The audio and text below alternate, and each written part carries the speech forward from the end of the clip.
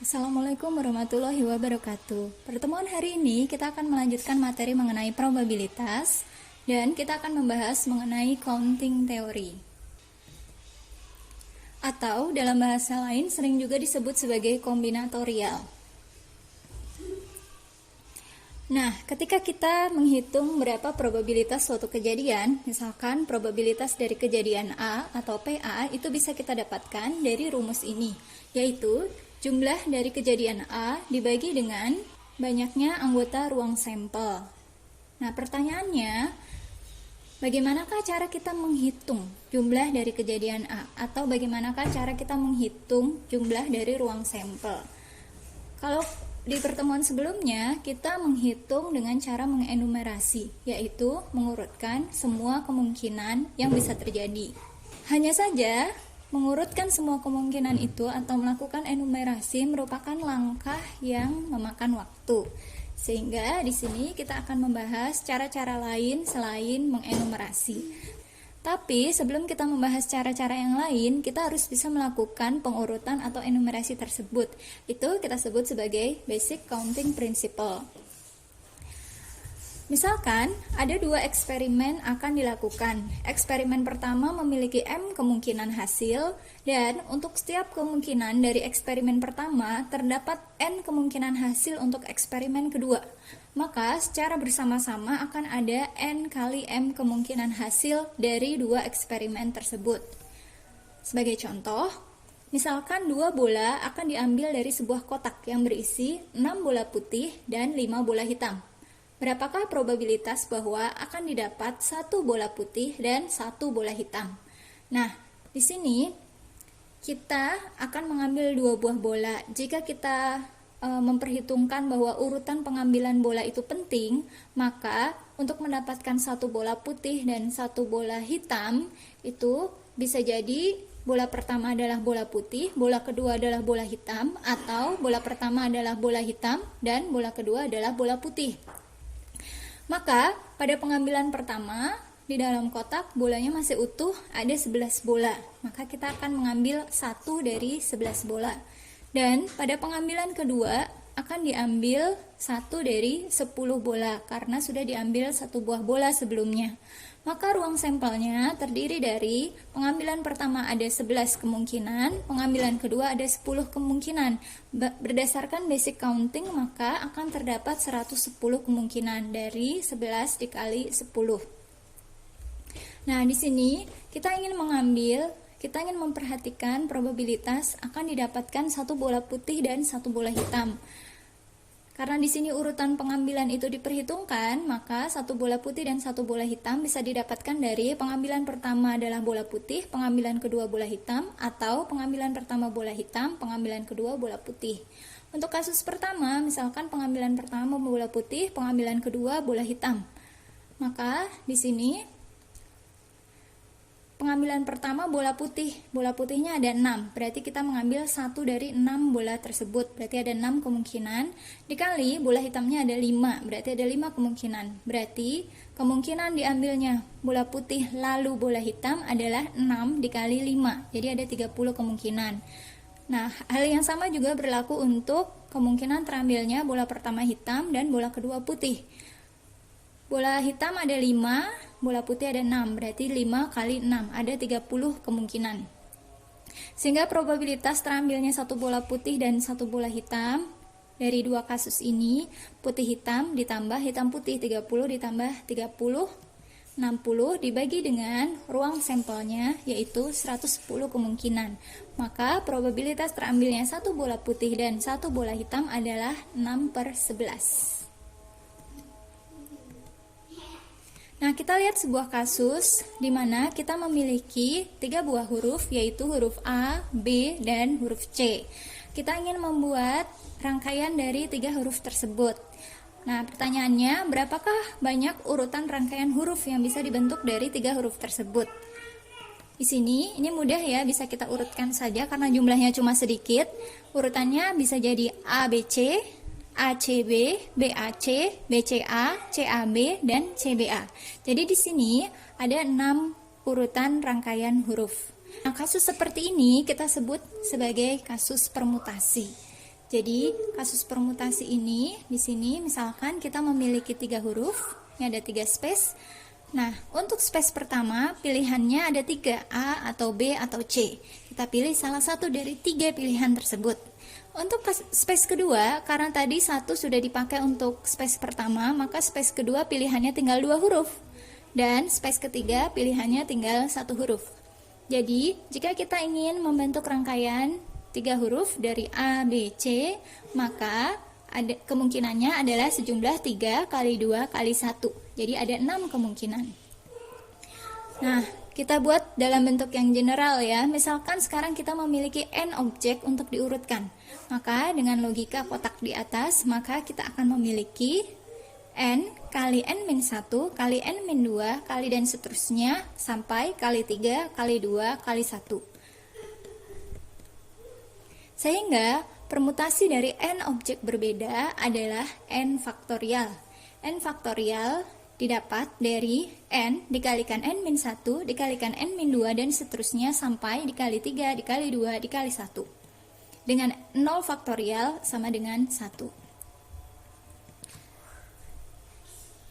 Nah, contohnya, misalkan John memiliki 10 buku yang akan ia taruh di rak bukunya. Terdiri dari 4 buku matematika, 3 buku kimia, 2 buku sejarah, dan 1 buku bahasa.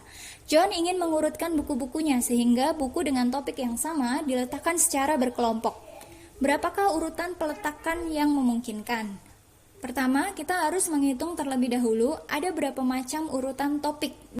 Bisa matematika dulu, lalu kimia, lalu sejarah, lalu bahasa, atau bisa juga bahasa, matematika, kimia, sejarah, dan seterusnya. Sehingga urutan topik juga harus kita hitung. Di sini ada 4 topik, berarti ada 4 faktorial kemungkinan urutan topik. Setelah topiknya itu kita hitung kemungkinannya, sekarang kita hitung kemungkinan urutan buku. Pertama untuk topik matematika, di sini ada 4 buku, berarti kemungkinan urutan buku matematika ada 4 faktorial. Kemudian buku kimia ada 3 buku, berarti kemungkinan urutan buku kimia ada 3 faktorial, buku sejarah ada 2 faktorial, dan buku bahasa adalah 1 faktorial. Maka totalnya kita tinggal kalikan saja semuanya berdasarkan prinsip basic counting. 4 faktorial dari kemungkinan urutan topik dikali 4 faktorial kemungkinan urutan buku matematika dikali 3 faktorial kemungkinan urutan buku kimia dikali 2 faktorial kemungkinan urutan buku sejarah dikali 1 faktorial dari urutan kemungkinan buku bahasa. Sehingga totalnya ada 6.912 kemungkinan. Contoh berikutnya. Misalkan suatu kelas fundamen matematika terdiri dari 6 mahasiswa dan 4 mahasiswi. Pada UTS, siswa di-ranking sesuai nilai UTS-nya. Misalkan tidak ada siswa yang mendapat nilai yang sama. Pertanyaannya, 1. Ada berapa urutan ranking yang memungkinkan? 2. Berapakah probabilitas mahasiswi berada di urutan 4 teratas? Oke, kita bahas soal nomor 1 terlebih dahulu. Di sini total siswanya ada 6 ditambah 4. Ada 10 mahasiswa di sini. Ada 10 siswa, maka permutasi yang memungkinkan dari 10 siswa tersebut adalah 10 faktorial. Jadi ada 3.628.800 kemungkinan pengurutan. Kemudian, soal nomor 2, berapakah probabilitas mahasiswi berada di urutan 4 teratas? Mahasiswinya tadi ada 4, dan 4 teratas itu isinya anak perempuan semua ya. Jadi, di sini kita hitung terlebih dahulu ya, untuk 4 urutan teratas dulu, urutan 1, urutan 2, urutan 3, dan urutan 4 ya, semuanya itu akan ditempati oleh mahasiswi. Ada 4 orang mahasiswi ingin kita urutkan, berarti permutasi dari 4 mahasiswi ya, 4 faktorial. Sisanya urutan 5 sampai urutan 10, di sini ada 6 mahasiswa. Sehingga urutan dari 6 mahasiswa itu adalah 6 faktorial. Nah, totalnya berdasarkan basic counting berarti 4 faktorial dari urutan mahasiswi dikalikan 6 faktorial dari urutan mahasiswa. Sehingga ada 4 faktorial kali 6 faktorial kemungkinan. Sehingga probabilitas mahasiswi berada di urutan 4 teratas adalah 4 faktorial kali 6 faktorial kemungkinannya dibagi dengan total semua kemungkinan yang ada di nomor 1 tadi, yaitu 10 faktorial. Sehingga hasilnya adalah 1/210. Itu adalah probabilitas 4 mahasiswi berada di urutan 4 teratas. Apakah susah contoh terakhir? Nah, kita lihat dari sudut pandang yang lain ya. Jadi di sini ada 10 space untuk urutan 10 siswa.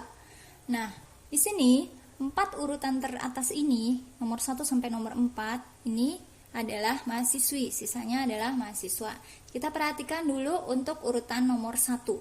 Nah, di sini kita ingin bahwa urutan nomor 1 ini adalah mahasiswi. Mahasiswinya tadi ada 4 orang, berarti kemungkinannya kita bisa memilih 1 dari 4 orang. Kemudian untuk urutan kedua, ini juga mahasiswi. Di sini mahasiswinya tadi sudah terpilih 1, sehingga kita memilih 1 dari 3 orang. Untuk urutan ketiga, di sini mahasiswinya tinggal 2 orang, berarti kita memilih 1 dari 2 orang. Dan untuk urutan keempat, mahasiswinya tinggal 1, maka kemungkinannya hanya ada 1. Kemudian, untuk urutan kelima, di sini ini adalah mahasiswa. Mahasiswanya ada 6, berarti kemungkinannya adalah di antara 6 orang tersebut. Untuk urutan ke-6, mahasiswanya tinggal 5. Untuk urutan ke-7, mahasiswanya tinggal 4. Untuk urutan ke-8, mahasiswanya tinggal 3. Untuk urutan ke-9, mahasiswanya tinggal 2. Dan terakhir, mahasiswanya tinggal 1. Jadi, untuk 4 urutan teratas, ini ya yang terdiri dari mahasiswi semua, maka di sini ada 4 faktorial. Kemudian untuk urutan berikutnya di sini ada 6 faktorial. Berarti totalnya adalah 4 faktorial kali 6 faktorial yang terdiri dari 4 mahasiswi dan 6 mahasiswa. Nah, baik, kita lihat contoh berikutnya. Misalkan dari 5 huruf, yaitu huruf A, B, C, D, dan E, akan diambil 3 huruf tanpa perulangan untuk membuat sebuah merek baru produk cimpring. Ada berapa kemungkinan bisa dibuat nama merek? Di sini kita ingin melakukan permutasi di mana dari 5 objek akan diambil 3 objek saja. Untuk huruf pertama, di sini kita punya 5 kemungkinan huruf. Untuk huruf kedua, kita punya 4 kemungkinan huruf. Untuk huruf ketiga, kita punya 3 kemungkinan huruf. Sehingga totalnya ada 5 kali 4 kali 3. Ada 60 kemungkinan. Sehingga di sini kita bisa buat rumusnya dalam bentuk yang global, yaitu permutasi di mana dari n objek akan diambil r objek bisa didapatkan dari rumus ini. Permutasi dari n objek akan diambil r objek adalah n faktorial dibagi n min r faktorial. Oke, setelah kalian paham mengenai definisi dari permutasi, yaitu kasus di mana urutan diperhitungkan, maka kerjakan soal berikut. Misalkan terdapat 5 anak lelaki dan 6 anak perempuan berbaris. Soal nomor 1, berapakah banyaknya kemungkinan urutan barisan mereka? Nomor 2, berapakah probabilitas bahwa anak di urutan keempat adalah laki-laki? Kemudian kita lihat kasus berikut. Misalkan dari N mahasiswa akan dipilih sekelompok mahasiswa untuk pentas seni. Diperlukan R mahasiswa untuk pentas seni. Ada berapa kemungkinan kelompok pentas seni dapat dibuat? Misalkan ada 5 mahasiswa, yaitu Andi, Budi, Comel, Dea, dan Eka. Akan dipilih 3 orang untuk pentas seni. Jika kita menggunakan permutasi, maka akan ada 5 kali 4 kali 3, yaitu ada 60 kemungkinan. Tapi perhatikan bahwa kelompok yang beranggotakan Andi, Budi, Comel, Andi, Comel, Budi, Budi, Andi, Comel, Budi, Comel, Andi, Comel, Andi, Budi, Comel, Budi, Andi, itu sebenarnya adalah kelompok yang sama, yaitu beranggotakan 3 orang itu saja. Berarti di sini ada 3 faktorial kelompok yang sama. Nah, berarti ini akan mengurangi jumlah kemungkinan kelompok yang terbentuk. Yang tadinya ada 60, harus kita bagi dengan 3 faktorial ini. Karena dalam kasus ini, urutan itu tidak penting. Mau Andi, Budi, Comel, atau Andi, Comel, Budi, ABC atau ACB, anggotanya tetap 3 orang itu saja. Nah, karena di sini urutan itu tidak penting, ini bukan termasuk kasus permutasi. Ini kita sebut dengan kombinasi. Jadi, permutasi yang tadi kita bagi dengan 3 faktorial. 3 faktorial di sini adalah didapat dari jumlah R atau jumlah mahasiswa yang dipilih. Sehingga jumlah kemungkinan kelompok yang terpilih ini adalah 5 kali 4 kali 3 dari permutasi tadi dibagi dengan 3 faktorial. Jadi totalnya ada hanya 10 kemungkinan saja. Oke, kita buat ke dalam bentuk yang lebih umum rumus kombinasi ini. Misalkan dari N objek akan diambil R objek tanpa memperhatikan urutannya dengan R kurang dari sama dengan N. Maka jumlah kemungkinannya adalah sejumlah kombinasi N, R atau bisa juga ditulis dalam notasi seperti ini. Dalam kurung N di atas, R di bawah. Rumusnya adalah N faktorial dibagi dengan R faktorial dikali N min R faktorial.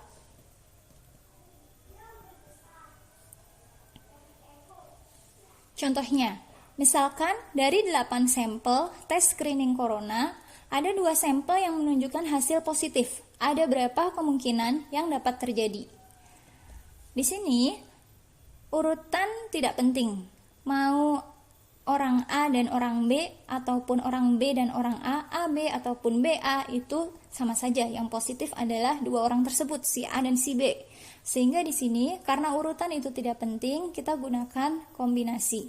Kombinasi dari 8,2, yaitu 28 kemungkinan.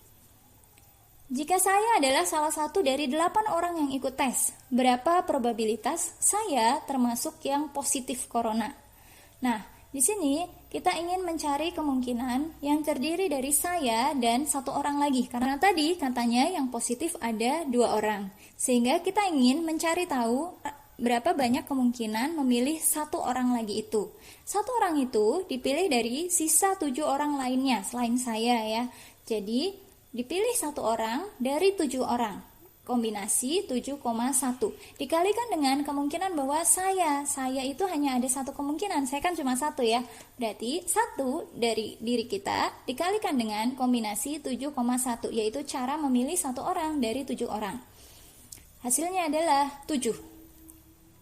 Sehingga probabilitas bahwa saya termasuk ke dalam yang positif dari 8 orang yang ikut dites tadi adalah jumlah kemungkinannya, kemungkinan kejadian ini yaitu ada 7 kemungkinan dibagi dengan ruang sampelnya. Ruang sampelnya tadi ada 28 kemungkinan kejadian, sehingga totalnya ada 7/28 atau 1/4.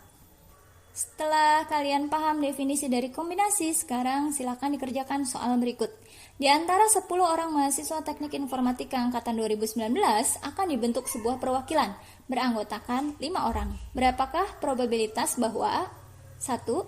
Mahasiswa bernama A selalu termasuk di dalam perwakilan tersebut? 2. Mahasiswa bernama A tidak termasuk di dalamnya. 3. Mahasiswa bernama A selalu termasuk di dalamnya, tetapi B tidak. 4. Mahasiswa bernama B selalu termasuk di dalamnya, tetapi A tidak. 5. Mahasiswa bernama A dan B termasuk di dalamnya.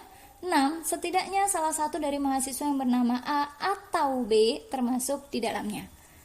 Selamat mengerjakan. Jika ada kesulitan, silakan bertanya langsung pada saya. Wassalamualaikum warahmatullahi wabarakatuh.